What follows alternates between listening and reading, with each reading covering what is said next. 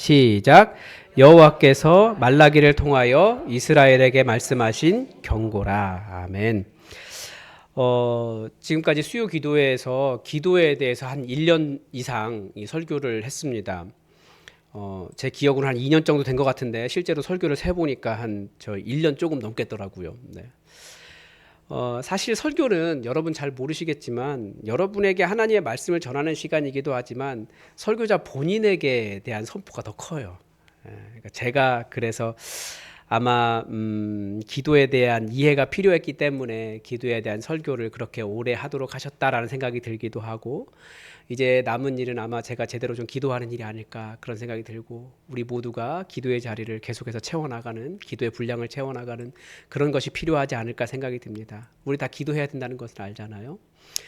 그런데 생각보다 기도할 시간이 그렇게 잘 확보되지는 않더라고요. 지금도 마찬가지고, 더더군다나 기도 열심히 하다가 건강이 한번 딱 꺾이고 나니까 그 다음부터는 좀 쉬어야겠다, 이게 좀 있어서 그런데, 여러분 기도할 수 있도록 저를 위해서도 기도해 주시고 여러분도 함께 같이 기도해 주시기 바랍니다.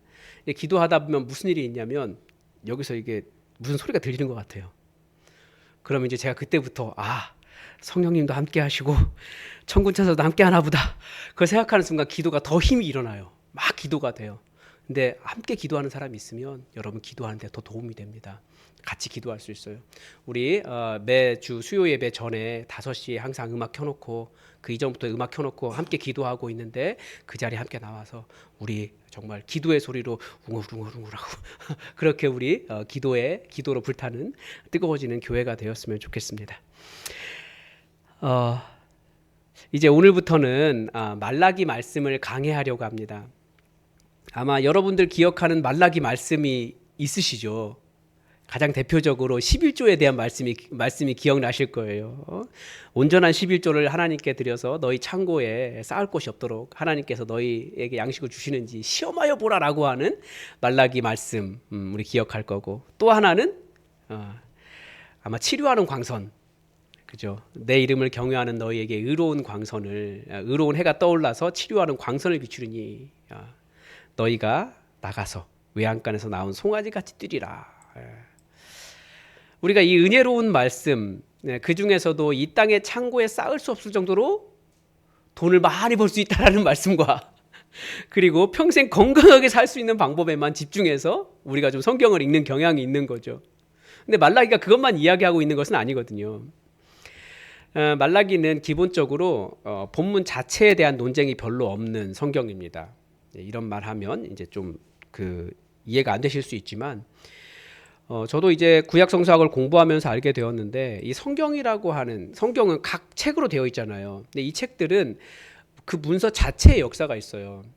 처음에는 어떤 책들은 말을 받아 적은 거기도 하고요. 하나님 선지자가 말한 걸 받아 적은 거기도 하고, 어떤 건 처음부터 기록된 거기도 하고, 그리고 어떤 말씀들은 뭐 아주 짧은 구절을 바위에 새긴 것이기도 하고, 어떤 말씀들은 전해져 내려온 이야기들이었어요.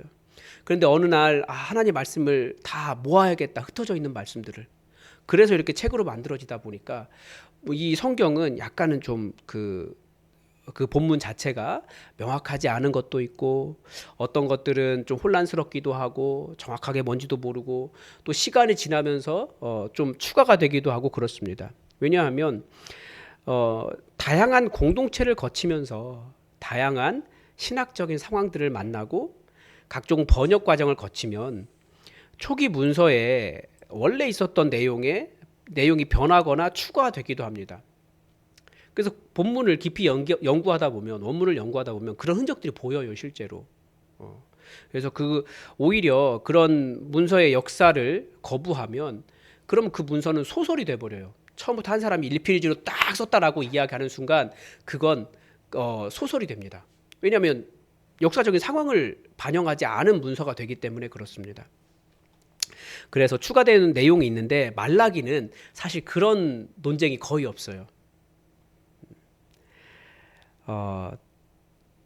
그래서 특별히 이 말라기는, 이런 성경은 사실 드문 성경이거든요. 그래서 우리가 아마 가장 이렇게 논쟁 없이 접할 수 있는 내용인 것 같습니다. 그리고 성경의 많은 부분은 우리가 이스라엘 역사를 기억하실 때 제1성전, 그러니까 솔로몬 시대가 있어요. 솔로몬 성전은 바벨론에 의해서 무너졌잖아요.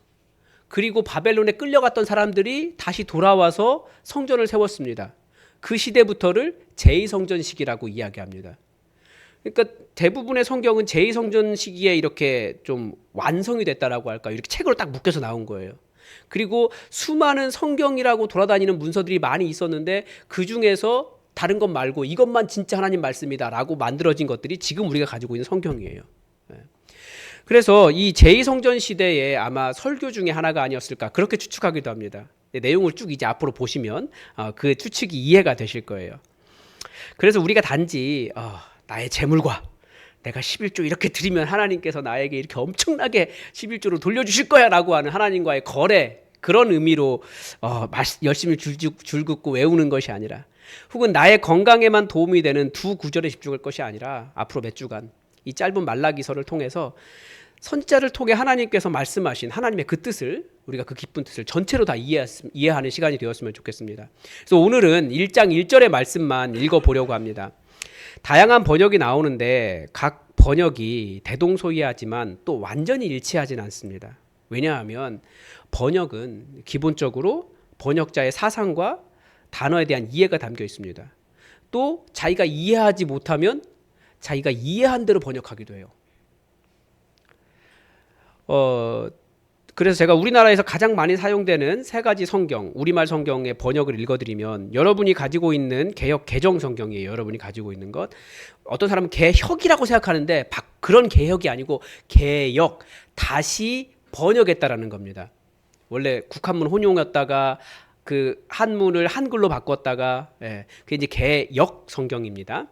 개역 한글 성경이 있었는데 거기서 뭐 가라사대, 무슨 캐 이런 것들을 전부 다 이제 말을 바꿔서 뭐 이르시되 뭐 하게 이런 식으로 번역 다시 그 약간 바꾼 게 개역 개정이에요. 우리가 가지고 있는. 여호와께서 말라기를 통하여 이스라엘에게 말씀하신 경고라 이렇게 되어 있습니다. 그리고 이 개역 개정 말고 조금 더 쉽게 이해할 수 있는 성경이 새번역 성경입니다. 다음은 주님께서 말라기를 시켜 이스라엘 백성에게 경고하신 말씀입니다. 개역 개정은 경고다, 여기서 말씀하신 경고다라고 되어 있는데 조금 더 확장이 되어 있죠. 조금 더 길어요.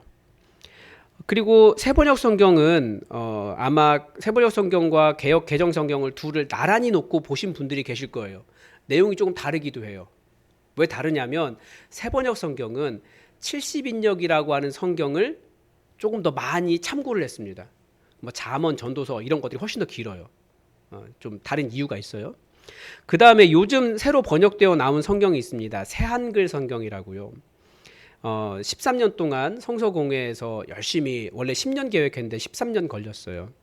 그래서 13년 동안 번역을 해서 새롭게 나왔습니다.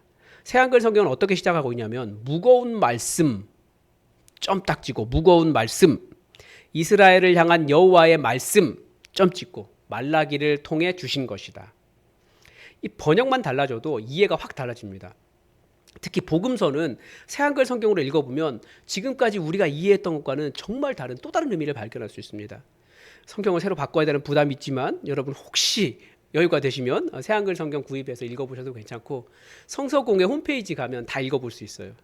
성서공회 홈페이지를 이용하셔도 됩니다. 먼저 각 번역본에 이런 차이가 발생하는 이유를 이해해야 됩니다. 우리말 성경은 다 번역한 성경이잖아요. 그 번역이 원래 있었던 성경을 대본이라고 부릅니다. 근데 개역 개정 성경은 히브리어 원문을 바탕으로 했다고 하지만 히브리어 원문은 실제 그냥 읽는 수준이고 영어와 중국어를 바탕으로 번역되어 있습니다. 그러니까 영어와 중국어식 표현이 많아요. 그래서 뭐뭐한 것은 무엇이다. 그리고 나중에 또한 뭐 이렇게 수식하는 게 있잖아요. 그게 영어식 표현이거든요. 새번역 성경도 아까도 말씀드렸지만 원문을 많이 참조했지만 주로 70인역 헬라어 성경을 대본으로 하기 때문에 좀 더 확장되어 있습니다. 양이 많아요. 그리고 새한글 성경은 이제 히브리어 원문을 대본으로 했습니다. 워낙 우리나라가 그 사이에 학자들이 많이 이제 실력이 좋아져서 그렇게 했는데요.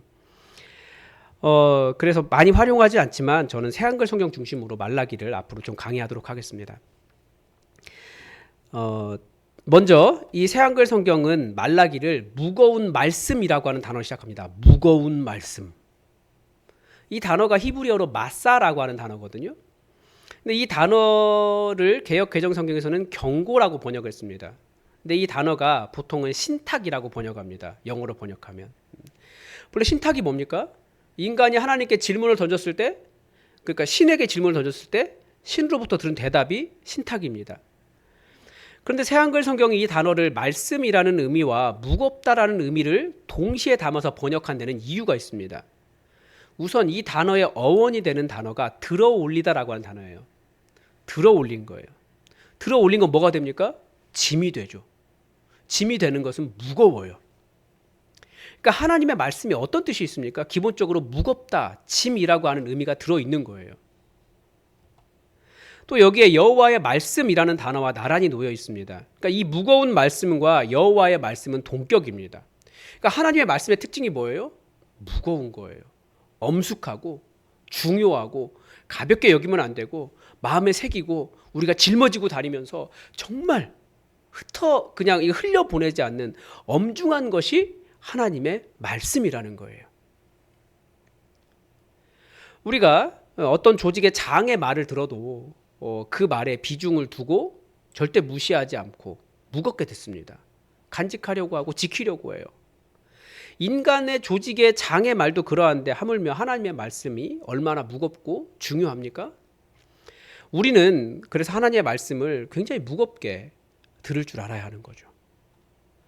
또 하나 이 하나님의 말씀은 전하는 사람에게도 무거운 말씀입니다. 보통 교회 안에서 하나님의 말씀을 설교하는 직분은 목사입니다. 목사는 하나님의 말씀을 무겁게 짊어진 사람으로서 절대 가볍게 혹은 장난스럽게 다룰 수가 없는 거예요. 하나님의 말씀을 대하는 모든 성도들도 그렇습니다. 하나님의 말씀을 매우 무겁게 엄숙하고 엄중하게 듣고 간직하고 마음에 새기고 그 말씀에서 벗어날까 두려워하면서 정말 무겁게 지고 살아야 돼요. 그래서 그 말씀에서 벗어나는가를 돌아보며 하나님의 말씀 앞에 서 있어야 된다는 거죠. 그래서 말씀은 기본적으로 무거운 거예요. 이제 다음 주부터 말라기의 말씀을 본격적으로 살펴보게 될 텐데 사람들이 하나님의 말씀을 무겁게 다루지 않는 이유를 알 수 있습니다. 하나님께서 이러하다라고 말씀하셔도 사람들이 뭐라고 이야기해요? 아니요. 제가 보니 하나님 그런 분 아니시던데요. 아니요. 다른 사람들은 그렇게 말하지 않던데요. 라고 오히려 하나님께 항변합니다. 다른 말로 하면 하나님께서 그렇다라고 말씀하셔도 내 생각과 그러니까 자기들 생각과 맞지 않으면 거부하고 다른 사람들의 이야기에 훨씬 더 비중을 두는 거죠. 그러니까 하나님의 말씀이 무겁다라는 것은 뭡니까? 다른 사람들이 이렇게 하나님에 대해서 말할 때 그것이 아니고 하나님의 말씀 이것이 훨씬 더 무겁다고 하나님의 말씀에 비중을 두는 것을 이야기하는 겁니다. 하나님의 말씀, 자기의 판단이나 세상 풍조를 더 무겁게 여기는 자세가 하나님의 말씀을 가볍게 여기게 한다는 거죠. 왜 이 세상에 하나님의 나라가 이루어지지 않을까요? 사람들이 왜 하나님의 은혜를 모를까요? 사람들을 변화시킬 수 있는 이 땅의 유일한 수단은 통로는 하나님의 말씀밖에 없어요. 하나님의 말씀을 무겁게 여기지 않으면 그래서 다른 말들에 훨씬 더 무게를 두고 나의 판단에 무게를 두고 살면 절대 사람은 변할 수가 없습니다. 세상도 변하지 않습니다. 우리가 그리고 또 어떤 일을 하고 있습니까? 이 무거운 말씀을 들고 있는 사람들은 바로 우리들입니다. 이 무거운 말씀을 세상에 전할 책임도 바로 우리에게 있습니다. 저는 이 설교하는 사명, 하나님의 말씀, 이 자리가 하나님의 말씀을 증거하는 자리로서 목사라고 하는 직분에 주어져 있지만 여러분들도 모두가 다 말씀을 증거하는 그 사명으로 부르심 받았기 때문에 저는 점점 우리 교회의 말씀 사역을 여러분들 손에게 이렇게 넘기려고 하는 거예요. 여러분들도 말씀을 전하는 사람이 되어야 돼요. 그 무거운 말씀을. 그럴 때 사람들이 변화되고 그럴 때 세상이 변화되는 것입니다. 여러분 내가 말씀을 감당해야지 무겁다고 할지라도 여러분 말씀 가르치십시오라고 말하면 부담스럽잖아요. 무거우니까. 그래도 감당하셔야 되는 것이 이 무거운 말씀을 들은 사람, 무거운 말씀을 짊어지고 있는 사람, 이 무거운 말씀을 증거하는 사람의 사명이라는 것을 기억하시고 여러분이 그 사명을 외면하지 마시기 바랍니다. 또 하나 이 말씀은 이 말라기서의 수신자를 밝히고 있습니다. 이 말씀 누구에게 쓰여져 있습니까? 이스라엘에게입니다. 이스라엘이라고 하는 단어가 나오면 마치 우리는 혈통으로 이스라엘이 아니니까 이스라엘이 아니라고 생각하는 경향이 있습니다. 아마 우리나라의 그 많은 어르신들이 이렇게 집회 나가시면서 이스라엘 그 기 들고 이렇게 나가시잖아요. 잘 이해가 안 되는데 그거 들고 나가시는데요. 아마 그 나라가 조금 더 나은 나라, 조금 더 하나님의 도우심을 받는 백성이라고 생각하시는 것 같아요. 그런데 이스라엘은 기본적으로 하나님의 백성을 의미하는 것이고요. 여러분, 하나님의 백성은 어떻게 만들어집니까? 하나님의 백성은 처음부터 혈통이 아니었어요. 언약 백성입니다. 우리 성경에 재밌는 표현 있잖아요. 출애굽했을 때 그 60만 명이 나왔다고 되어 있잖아요. 거기에 뭐라고 써 있어요? 전 그 표현이 참 마음에 들어요. 애굽에서 허다한 잡족이 나왔다고 되어 있어요. 그러니까 혈통으로 아브라함의 자손만 나온 것이 아니라 허다한 잡족, 그 애굽 땅에서 노예를 하던 사람들, 뭐 이쪽 민족, 저쪽 민족, 뭐 그 나라 벗어나고 싶은 사람들, 또 하나님 좋다고 따라온 애굽 사람들 다 따라 나왔다라는 거예요. 근데 그 사람이 어디에서 그 사람들이 다 하나님의 백성이 돼요? 신의 산에서 너희 내 말을 들어라. 그럴 때 그들이 아멘 하면서 언약 맺으면서 이스라엘이 되는 거예요. 그 이전까지는 이스라엘이라고 말할 수 없어요. 족장 시대라고 이야기하고 노예라고 이야기하는 거지 나라가 된 게 아니었어요. 이스라엘은 처음부터 언약 백성이었어요.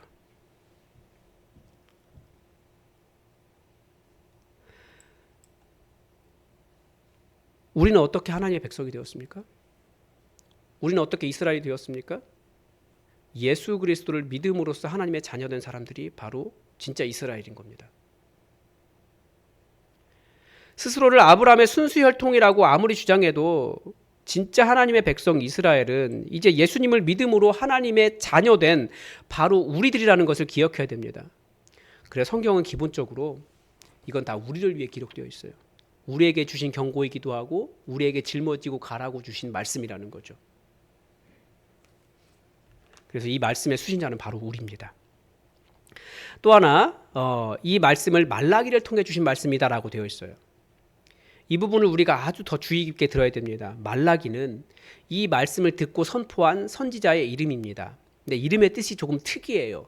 말악 이것은 사자라는 뜻이에요. 사자. 그러니까 전달하는 사람, 메신저.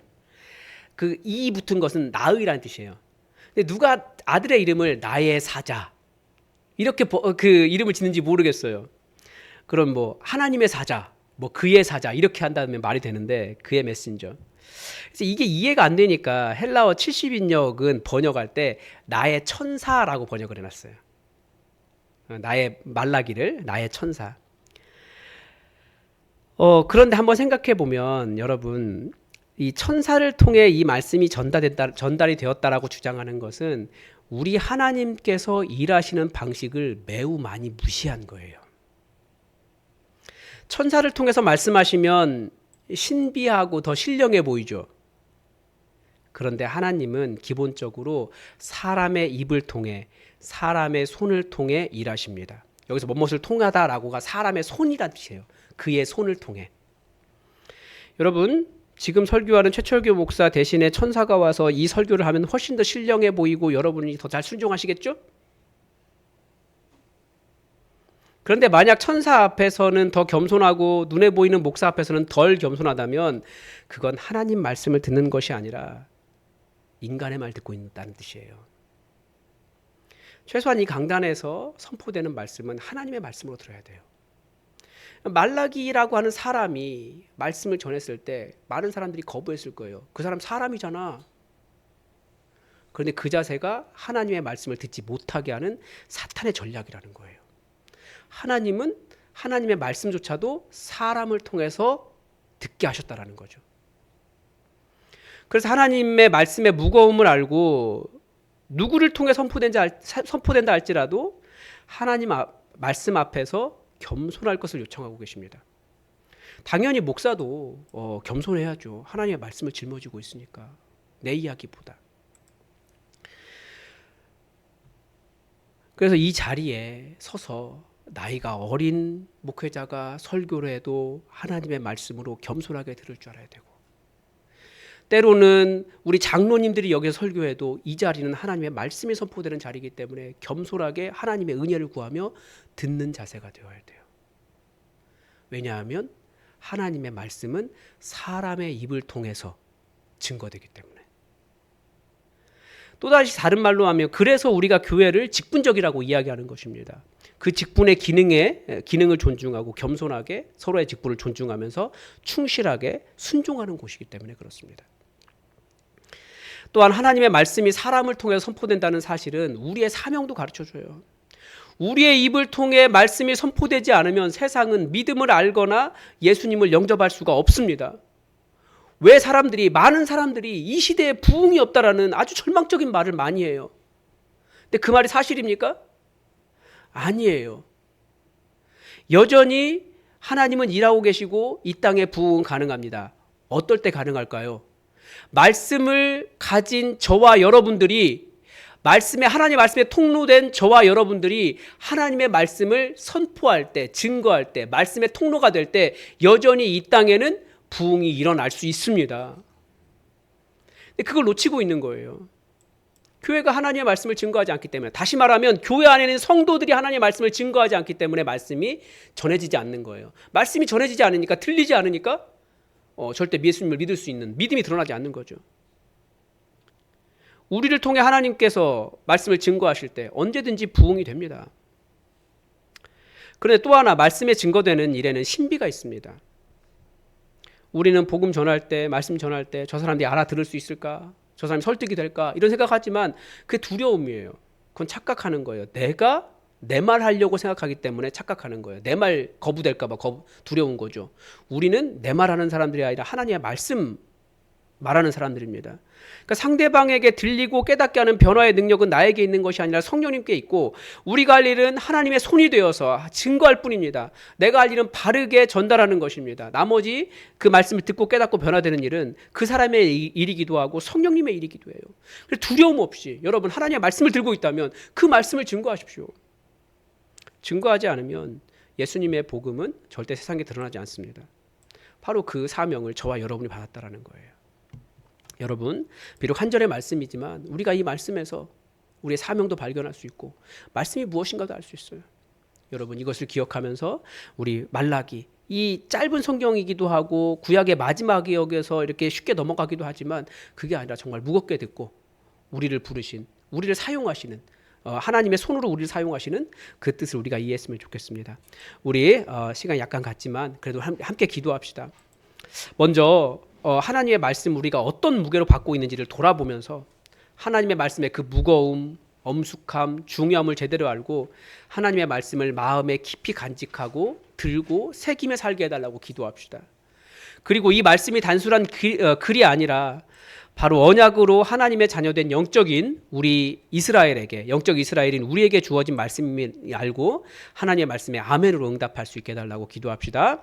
그리고 하나님께서 이 무거운 말씀을 바로 저와 여러분에게 맡기셨습니다. 내가 이 말씀을 드러내지 않으면 절대 복음은, 하나님의 말씀은 이 세상에 전달되지 않습니다. 나를 통해 하나님의 말씀이 이 도시에 내 사랑하는 사람들에게 증거될 수 있게 해달라고, 하나님, 그래서 그 사람들이 하나님께 돌아올 수 있는 통로가 되게 해달라고, 저를 사용해달라고 우리 함께 기도하겠습니다. 함께 기도합시다. 하나님 아버지, 말라기 1장 1절에 이 짧은 말씀을 통하여 주님, 우리가 다시 한번 이 무거운 말씀 얼마나 중요한지 주님 깨닫습니다. 저조차도 아버지 설교를 매일같이 많은 설교를 해야 되기 때문에 아버지 하나님 정말 말씀을 무겁게 듣고 내게 주신 말씀으로 듣지 못하고 아버지 하나님 음으로 읽어내야 할 때가 많이 있습니다. 아버지 절대 그렇게 하지 않게 하시고 한 구절 한 구절 아버지 이 무거운 말씀을 아버지 하나님 정말 마음에 새기고 엄중하게 듣고 주님 귀하게 여기고 그 말씀대로 살아가고 주님 말씀을 이루는 삶이 되게 하여 주시옵소서. 아버지 하나님 이 말씀 남에게 증거하는 일이 아버지 하나님 제가 하는 일이라고 생각하지 않게 하시고 그 누구보다도 먼저 제가 말씀을 들으며 말씀으로 변화되며 주님 말씀을 살아낼 수 있도록 주님 도와주시옵소서. 아버지 하나님 이 소중한 말씀을 인간인 저에게, 인간인 우리에게 맡겨주셨는데 우리가 말씀을 증거하지 않으면 세상이 말씀을 들을 기회가 없습니다. 주님 아버지 하나님 우리가 말씀을 맡았사오니 바르고 정직하게 주님의 말씀을 온전하게 증거할 수 있게 사용하여 주시고 아버지 그러할 때 말씀이 이 땅에 흥왕하여 수많은 사람들이 주님께로 돌아와 아버지 하나님의 뜻을 온전히 알고 주님을 깊이 사랑하는 역사가 일어나게 하여 주시옵소서. 주님 하나님 아버지, 우리에게 이 세상이 알지 못하는 너무나 귀중한 하나님의 말씀, 그 무거운 말씀을 주셔서 감사합니다.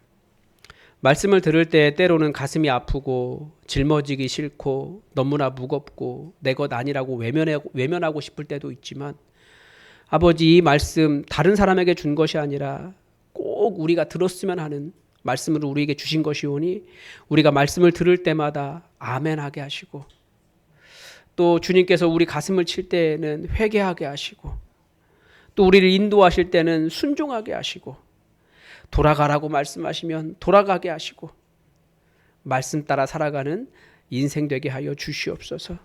절대 말씀 가볍게 여기지 않게 하시고 매 순간순간 말씀을 깊이 새기며 또 이 소중한 말씀을 이 땅에 하나님의 말씀의 통로로서 이 땅에 증거하는 우리 선교적인 사명 될 수 있도록 도와주시옵소서.